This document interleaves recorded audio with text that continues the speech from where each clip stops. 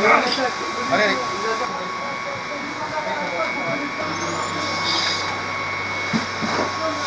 Il est là ou pas? Il y a une fois qu'on va faire. Allez, il a fait ça, on va y aller, ça fait bon.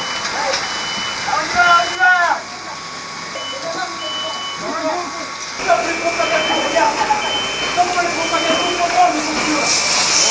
Là, derrière, regarde, occupe-toi. Occupe-toi.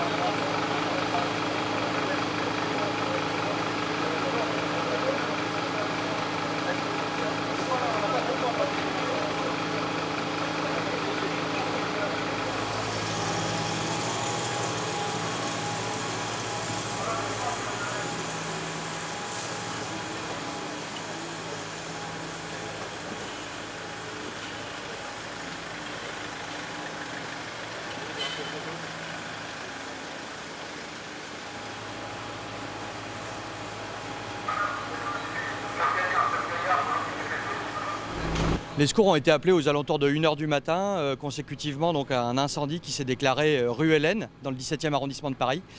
Il s'agissait d'un feu qui concernait un appartement qui était au rez-de-chaussée d'un immeuble d'habitation qui compte 6 étages.